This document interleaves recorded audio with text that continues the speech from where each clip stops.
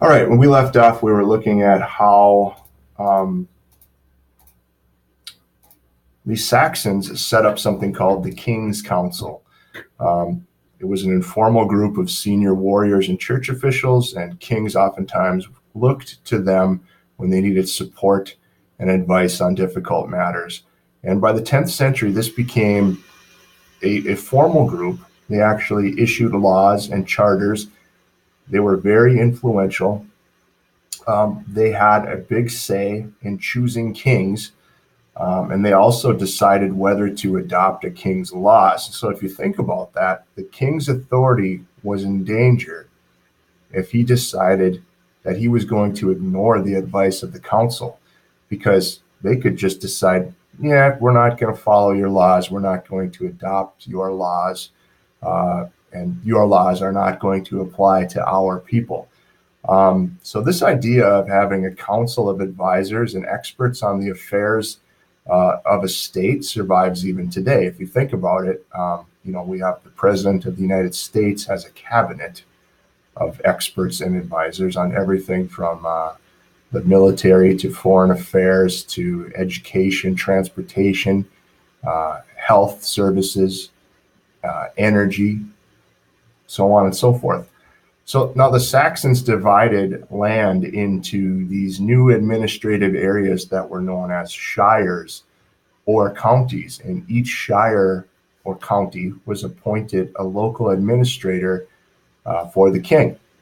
And this was known as the Shire Reeve, and this was later shortened to sheriff. So that's where we get the term sheriff from. Next group of people that came to the British Isles were the Vikings, and they brought with them their Scandinavian influence, especially from Denmark and Norway. And they came around the 9th and 10th centuries. And I want to point out now that the moniker Viking, the term Viking, is sometimes a point that's argued by historians. Some will say it's unfair to call all Norse settlers Vikings because Viking can be considered a verb. You would go on a Viking in the springtime, meaning that you would go raid other people. So it wasn't necessarily a way of life. It was more of a spring activity that some Norse people participated in, not all of them. And it was only one aspect of their existence. However, it's what we think of when we think of Vikings. I'm going to use the term Viking anyways. But anyways, the Vikings, when they came, they established a lot of the coastal towns that are still around today, and these are mostly in the north. Dublin, Waterford, Wexford, Cork. Some of the Vikings eventually moved to France and they settled there, and they became known as the Norsemen, eventually the Normans, after they established the settlement of Normandy in northern France. Okay, so the Normans were the last successful invaders of the British Isles. And they were led by William the Conqueror in 1066 of the current era. They brought with them a lot of different things. First, their unique castle building style. The Tower of London is an example. We'll take a look at that in a moment. They also brought with them their French dialect. And the language of the Norman elites, the French dialect that they were using, mingled with the Anglo-Saxon language, the Old English that was spoken by their new subjects. And this went on to form the basis of modern English, the language that we speak today. And because the Normans were living in France, but they were not necessarily French, and now they controlled the British Isles, much of the focus was placed on France.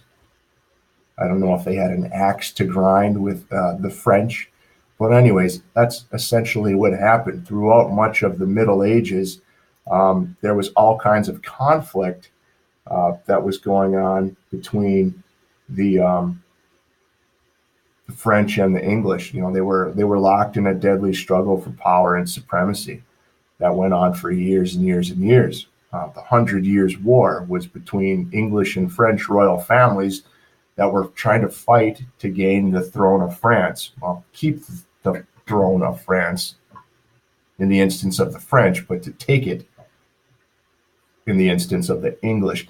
So now you're looking at a picture of the Tower of London. This is an example of the Norse and the Norman style of castle building.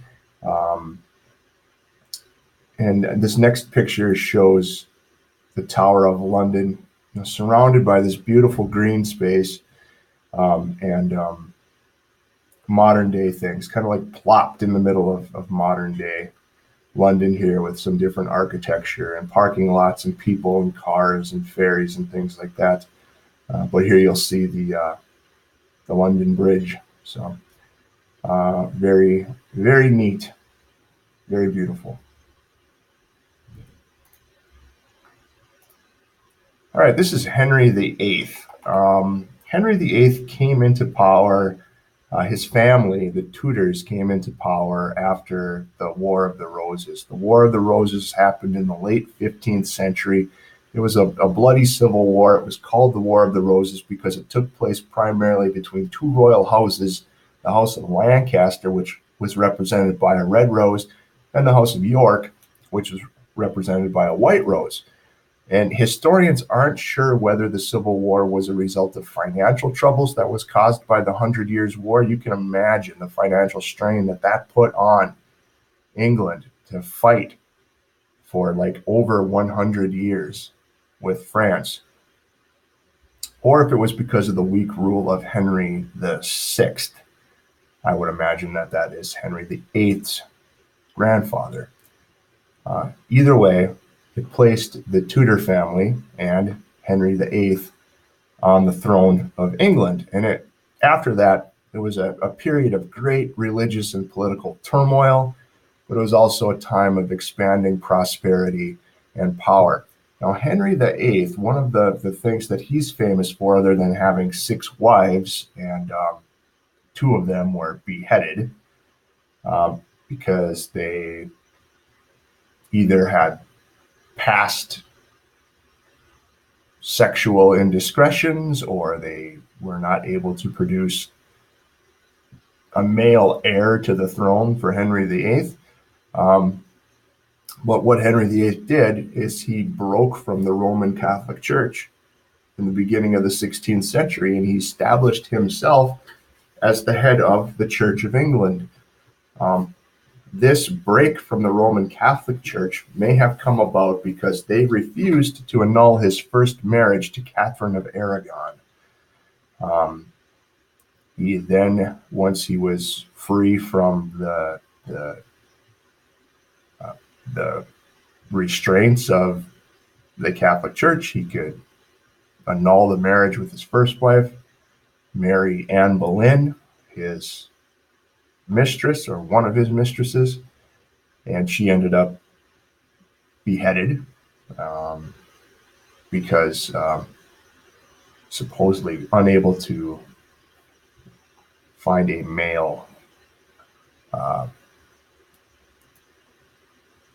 heir for Henry VIII. Okay. The last of the Tudor monarchs was Henry's second daughter, Elizabeth I. She was called Good Queen Bess. She resided over a remarkable period of English literature, commerce, and sea power. This is the age of Shakespeare and the beginning of England's overseas empires. And it was her British Royal Navy that, under Sir Francis Drake, that defeated the Spanish Armada in 1588. And that set England on a course to become a global maritime power. More about the British Isles and Henry VIII and Elizabeth I later on in this module.